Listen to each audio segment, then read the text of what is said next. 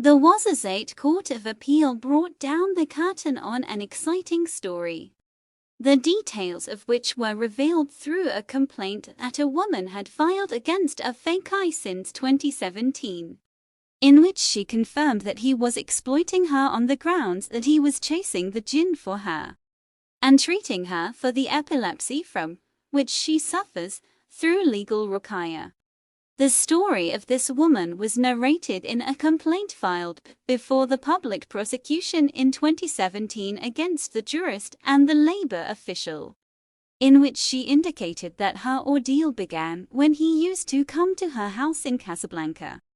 at the request of her mother-in-law to treat her for epilepsy through legal ruqyah. This continued for months, as she said, before she gave birth to a child, which made her go to her family's home in Zagreb in order to spend a period of recovery, and the jurist continued his work, visiting the house to expel the jinn from her, as he claimed. The turning point that made her life hell, as she confirms, was when he claimed to be a commander in order to marry her. And after his insistence in order to convince her and her family, who refused as long as she was married, he resorted to an official in the Zagreb prefecture in order to divorce her through a forged marriage contract, especially since he was influential in the region. As she said in her complaint, she became the wife of the jurist, which made him use her in acts of magic and sorcery. She said that he was taking advantage of her having an epileptic seizure in order to strip her of her clothes and read his incantations and demonic methods to her while she was unconscious, claiming that this would help him discover where the treasures were located. He would ask her to accompany him to places that he thought were full of treasures, and every time she suffered from epilepsy, he would take advantage of her in the hope that he would find these treasures,